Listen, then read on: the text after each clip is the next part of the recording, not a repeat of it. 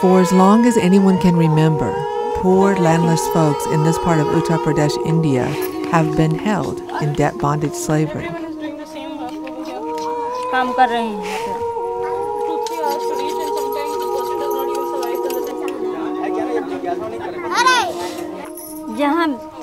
These are the kinds of huts and houses we live in. The roof has fallen, and I have to live like this.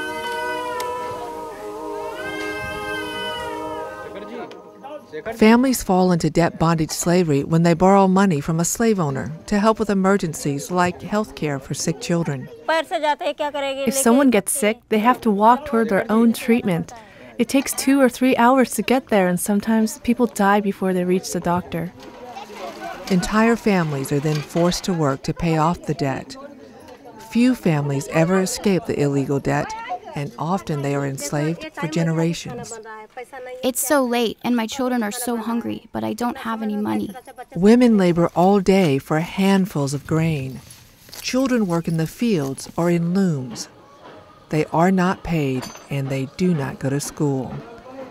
They have no hope for a future better than their past.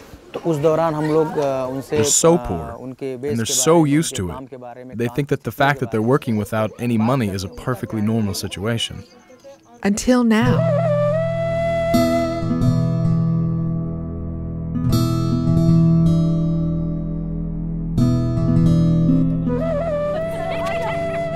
MSEMVS triggers hope and inspires slaves to free themselves.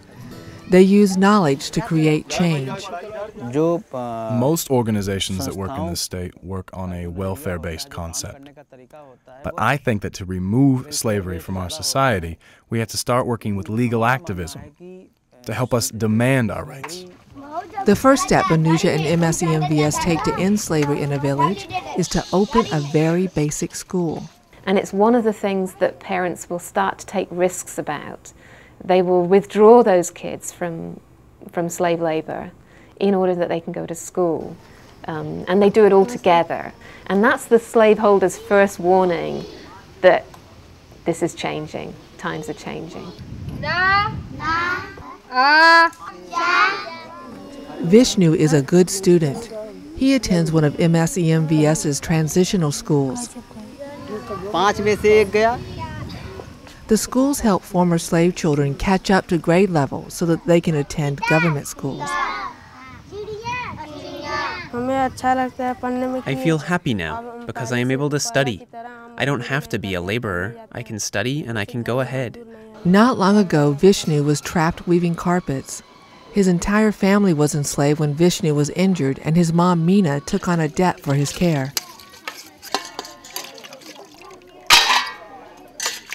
Step 2 in MSEMVS's intervention is to organize women like Meena. When we meet, we talk about what our children need in school and what we can do next to make a living, get good food, and a good house to live in. These self-help groups not only help them to become economically independent, but they also make them become aware of their rights and start demanding them. We stopped working, and that's when people finally started paying us. The other thing that these collectives do is they try to make sure that all the benefits that are supposed to be coming to these villages through India's laws are actually coming, so that, for example, they should be getting food rations for the very poorest. And then things like health care. The human rights defenders collectives are focusing on making sure that the health visitors are coming to the villages on a regular basis to check up, make sure immunizations are there, so that people don't fall sick and then slip back into slavery. These are the kind of protections that people really need in those early stages. Free the Slaves has been working with MSEMVS since 2005 and witnessed the change firsthand as 11 villages moved from hopelessness and fear to self-determination and pride, from slavery to freedom. This organization is giving them a ray of hope and a support which they could never believe they would ever get. Each of those villages has about 30 to 40 families who've been in debt bondage for decades. And at this point, in 2008, in those villages, there's usually about two or three families that are still on their way out. Everybody else now gets paid for their work, their children are in school, the women are making their own income, and they know that if there are any violations of human rights of whatever kind, they know what to do about it. They know about India's laws. They know how to organize together. I'm really glad that I'm going to be able to make my own house and get some good food to eat. And what really makes me happy is that my children are studying.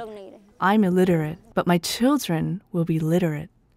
What we've found in many parts of the world where we're working is that when you bring people out of slavery in a sustainable way, where they gain power and gain control of their lives, that many other things happen at the same time.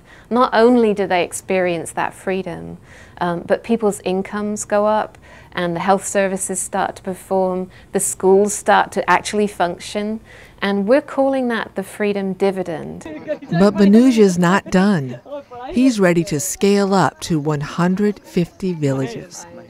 And that to us is so exciting because that's really what we want to do. We want to make sure that it's working in a small area, try that for a while, and then if it does work, we want to take it to a much bigger area because we believe you really can end slavery. The plan is to have independent researchers document the freedom dividend. That way, Banuja and MSEMVS can trigger hope around the globe. Because if you can end slavery in this part of India, you can end it anywhere. It's a big dream, but a possible dream, just like Vishnu's. That broken hand that threw his family into slavery, well, it also triggered something else. When my hand was broken, I decided I want to be a doctor when I grow up, because so many people have to go to faraway places when they are sick. I'll be a doctor close by, so they won't have to do that. Finally, hope for a future that's better than his past.